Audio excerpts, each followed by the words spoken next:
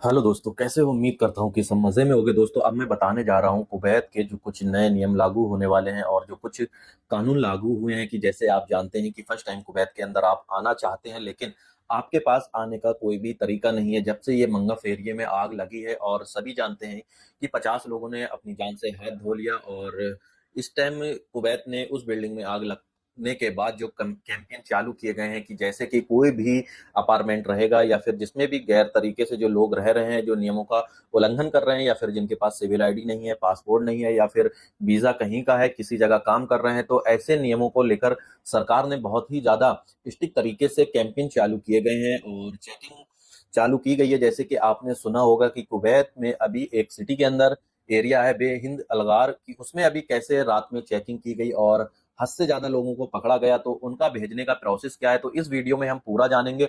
और वो लोग जो कुवैत से फर्स्ट टाइम आ रहे हैं, तो कुवैत की जो एम्बेसी है या फिर इंडियन एम्बेसी है या नेपाल या पाकिस्तान की जो एम्बेसी है, तो उन्होंने क्या नए कानून लागू किए हैं। तो दोस्तों, इस वीडियो को लास्ट तक जरूर देखना और मेरे यूट्यूब चैनल पर अगर पहली बार आए हो तो लाइक सब्सक्राइब करके अपने दोस्तों में शेयर जरूर कर देना। तो चलिए फिर वीडियो को शुरू करते हैं।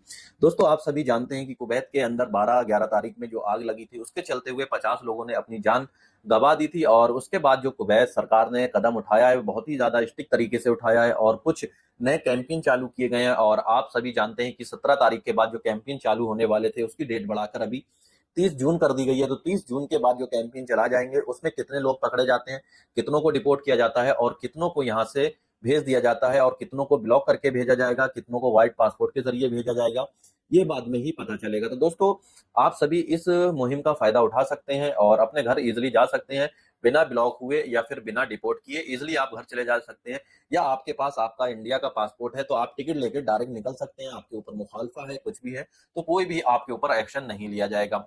उसके बाद दूसरी जो खबर आ रही है दोस्तों, जो कैंपेन चलाए जा रहे हैं और चेकिंग जो चालू है बेहिंद अलगार में, उसमें अपार्टमेंट में पूरे जा जाकर उनको चेकिंग किया जा रहा है। पूरे वेंटलगार को सील करके उसमें चेकिंग किया जा रहा है। जितने भी ये किराए वाले अपार्टमेंट हैं जिसमें वर्कर लोग रहते हैं और वहां जाकर जिन पे सिविल आईडी भी नहीं है या फिर पासपोर्ट भी नहीं है, काम कहीं करते हैं, रहना कहीं होता है, खाना कहीं होता है, तो ऐसे लोगों के लिए बहुत ज्यादा मुश्किल है। और सबसे ज्यादा मुश्किलें जो हैं वो उन लोगों के लिए हैं जैसे कि खादिम वर्कर्स हैं।